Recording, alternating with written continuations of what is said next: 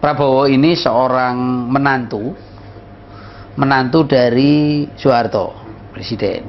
Dan dia boleh dikata adalah orang berusia termuda yang sampai kepada pangkat jenderal di dalam sejarah Indonesia, orang yang paling cepat. Dan memang karir dia panjang di Special Force ya, baik itu operasi-operasi di Timur Timur, operasi-operasi di Irian, operasi di Aceh. Tapi memang jejaknya memang cukup berdarah ya, dari operasi-operasi itu cukup keras di berbagai tempat.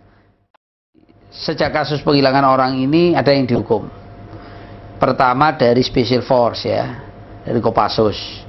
Ada 11 orang Kopassus di membentuk apa yang disebut tim mawar penculikan terhadap 9 orang sorry.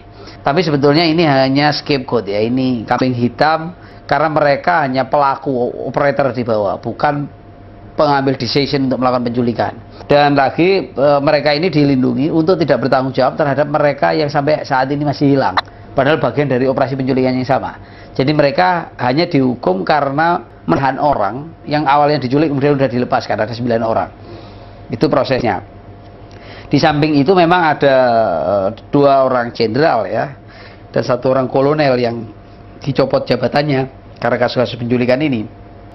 Letnan Jenderal Prabowo itu Pangkostrat, kemudian Muhdi itu Komandan Jenderal Kopassus, kemudian juga Kolonel Khairawan itu dari Komandan Grup 4 Kopassus. Tapi mereka hanya, kalau Prabowo hanya dicopot jabatan dan dipensiun percepat, sementara yang 2 ini hanya dicopot jabatan tanpa prosesi hukum. Itu yang terjadi. Dan jadi boleh dikata dalam kasus penculikan ini, substansi pelaku itu belum terjangkau. Motif penculikan masih dilihat sebagai individu-individu, bukan bagaimana rezim ini mempertahankan kekuasaan. Jadi kalaupun ada orang dihukum, tapi sebenarnya ini bukan satu proses hukuman yang benar itu.